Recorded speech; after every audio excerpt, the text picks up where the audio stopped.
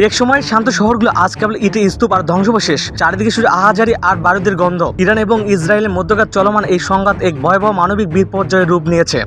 আকাশ থেকে ধেয়ে আসা হামলায় মুহূর্তে ধূলিসাৎ হয়ে গেছে সাধারণ মানুষের মাথা গোঁজার ঠাঁই। জনবল এলাকার ঘরবাড়িগুলো আজ ধ্বংসস্তূপে পরিণত হয়েছে। ইরানের সংঘটিত মিছিলে হামলার খবর পরিস্থিতিকে আরও জটিল করে তুলেছে। মানুষের সাধারণ সংসার এখন কেবল ভাঙা কাঁচ আর পোড়া কংক্রিটের নিচে চাপা পড়ে আছে। আন্তর্জাতিক গণমাধ্যমগুলিতে উঠে আসেছে শিহরের ওঠার মতো ছবচিত্র।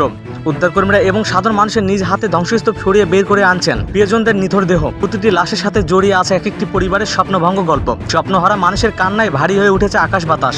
হাসপাতালগুলোতে তিল ধারণের কোনো জায়গা নেই। খাবার, পানি আর ওষুধে তীব্র সংকটে হাজার হাজার মানুষ আজ গৃহহীন। এই ধ্বংসস্তূপের শেষ কোথায় আজ কারোরই জানা নেই।